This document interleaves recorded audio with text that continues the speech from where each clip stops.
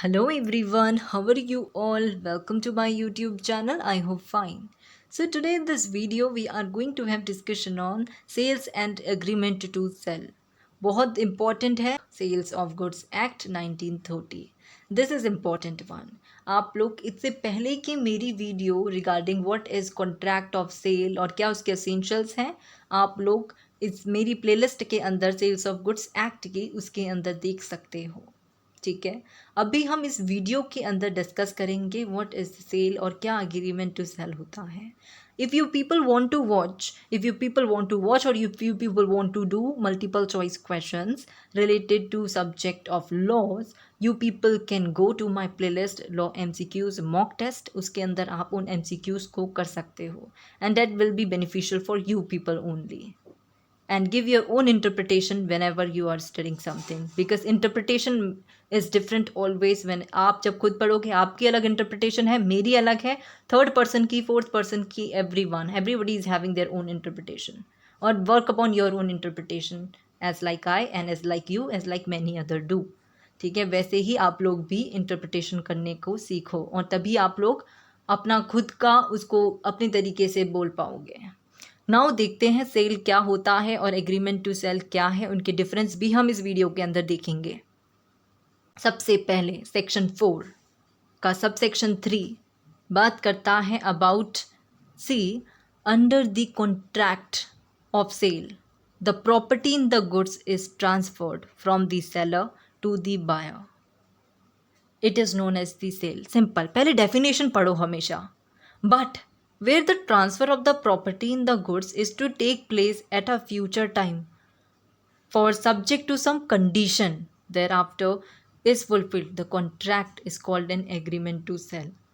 अब डेफिनेशन से पता चल रहा है that agreement to sell में complete transfer of property अभी नहीं हुई है, यानी कि एग्रीमेंट टू सेल में क्या हुआ है, गुड्स आर स्टिल गुड्स जो हैं they are still the property of the seller and he can dispose of them as he likes.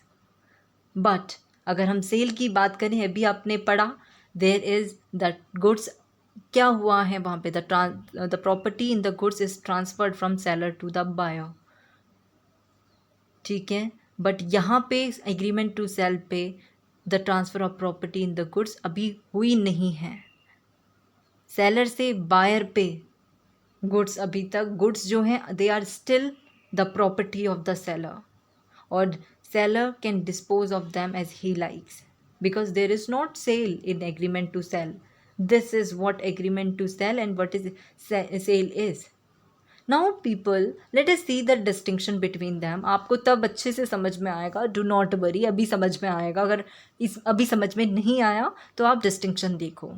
पहला देखो क्या डिस्टिंक्शन है, सेल जो है it makes the buyer the owner of the goods. Sale से क्या होता है, buyer becomes the owner of the goods, he can exercise rights in respect of them. Means buyer जो है he becomes the owner of the goods and by a sale a jus in rem also is transferred। Now what is buyer here acquires a just in RAM? What does it mean? That is a right against the goods। The effect is that इसका क्या effect है, वो ये है कि if the seller refuses to deliver the good, the buyer may sue for recovery of the goods by specific performance। Means अगर seller ने goods को रिफ्यूज़ कर दिया गुड्स को डिलीवर करने से, तो बायर क्या कर सकता है, he can sue for the recovery of goods to the seller. If the seller has resold the goods to another person, the buyer may follow the goods in his own hands unless the other had about them in good faith and without notice। This is important। Simple सा यही मतलब है कि cell में buyer जो है he becomes the owner of the goods और उसके पास जस्ट एंड रैम का राइट है। अगर सेलर उसे गुड्स डिलीवर नहीं करता, बायर उसे स्यू कर सकता है, ठीक, for the recovery of the goods. Now agreement to sell में क्या है, buyers right are only personal. Buyer की राइट क्या है, वो ओनली पर्सनल है against the seller, that is a jus in personam.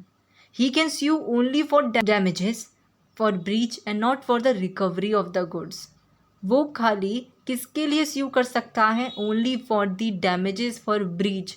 He can not sue for the recovery of the goods. There is the case of collector of customs.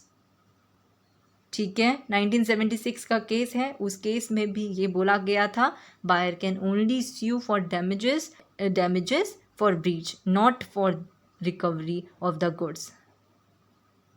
This is important, you should know. यहाँ पे sale पे he is having the right, just in rem का right है, but अगर हम यहाँ पे बात करें agreement to sell, there is he is having right is just in personam. Study yourself about these two terms.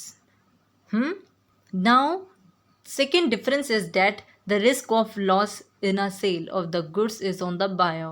अब जो रिस्क होता है लॉस का सेल पे जो हुआ, ठीक है, the risk of loss in a contract of sale of the goods is on the buyer. In an agreement to sell, the seller remains the owner of the goods and the risk of loss is on the seller. वहाँ पे sale पे तो हमने क्या बोला, अभी क्या पढ़ा था हमने, buyer, that a sale makes the buyer the owner of the goods. Now buyer is the owner of the goods.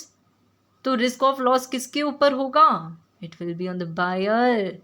Yes, in agreement to sell seller अभी भी ओनर है, ठीक है, तो seller remains the owner of the goods and risk of loss is on the seller. Remember, very easy. Third is that in a sale, if the buyer commits default, अब cell में अगर buyer default commit करता है, seller क्या कर सकता है, he may sue him for the price. Sale में अगर बायर डिफॉल्ट करता है तो सेलर स्यू कर सकता है उसको प्राइस के लिए, that is for the specific enforcement of the contract. But अगर हम एग्रीमेंट टू सेल की बात करें, सेलर्स ओनली रेमेडी, सेलर की जो रेमेडी होती है, that it is to sue for damages for breach only. This is what the difference between the sale and agreement to sell. I hope you people got to know from this video. दोबारा देखो video को, दोबारा differences पढ़ो और खुद भी पढ़ने की कोशिश करो. Try to study yourself also, ठीक है, तभी आप लोगों को अच्छे से समझ में आएगा. जब खुद पढ़ोगे तभी समझ में आता है. मैं तो पढ़ा दे रही हूँ, बट आपको खुद भी पढ़ना है. Okay, and if you people have any doubt, do let me know below in the comment box and do like and subscribe my YouTube channel for more videos. Thank you so much for watching and study hard, and you should know the interpretation yourself as well. Thank you.